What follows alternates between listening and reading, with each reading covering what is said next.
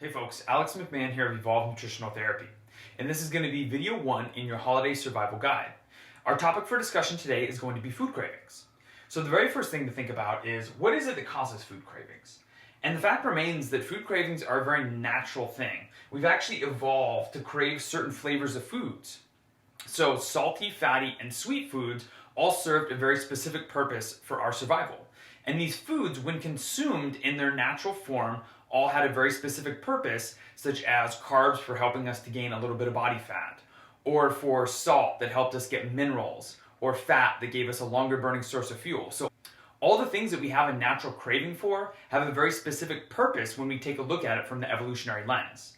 Another important thing to keep in mind when it comes to looking at what causes food cravings is the fact that we make over 200 food-related decisions on a daily basis. And there are a number of different things that impact our cravings. So everything from your environment to the type of exercise you're doing, your sleep habits, and also your emotional state can all have dramatic impacts on the kinds of food cravings that you're experiencing and the specific cravings for certain foods.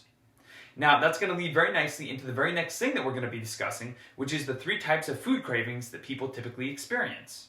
The very first one is going to be a supportive craving. Now, a supportive craving is your body essentially trying to fulfill some kind of deficiency. So this could be why somebody would crave probiotics if they have gut dysfunction. This could be why a woman might crave chocolate on her menstrual cycle when she's deficient in either magnesium or calcium. The next one to talk about is an emotional craving. And essentially, an emotional craving is trying to use a food to fulfill a feeling, even if it's going to be short-lived. Now, a lot of people will say that they're stress eaters, and a lot of the times people have a tendency to eat more high carbohydrate, processed carbohydrate, and sugar-laden foods. Part of the reason for this is because when you consume a large amount of sugar when you're feeling very low or depressed, what it typically does is it hits on the dopamine receptors in your brain, and it will also blunt the cortisol response that people get when they're stressed. So whether somebody's feeling depressed or whether they're feeling stressed, sugar will both elevate the mood and also kind of blunt those stress hormones that the body's releasing. Lastly, but also probably the most interesting to me, is an associative craving.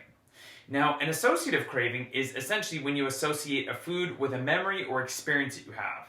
This is part of the reason that people will experience cravings for certain comfort foods that they've eaten for a long time with their family when moving away from them. Alright folks, that's going to conclude video number 1 on food cravings.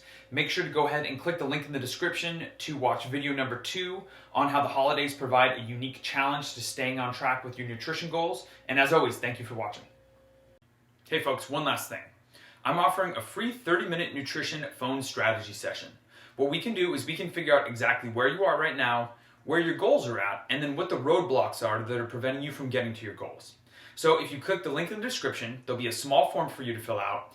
We'll hop on the phone and we can get you moving closer to your goals in a sustainable fashion based on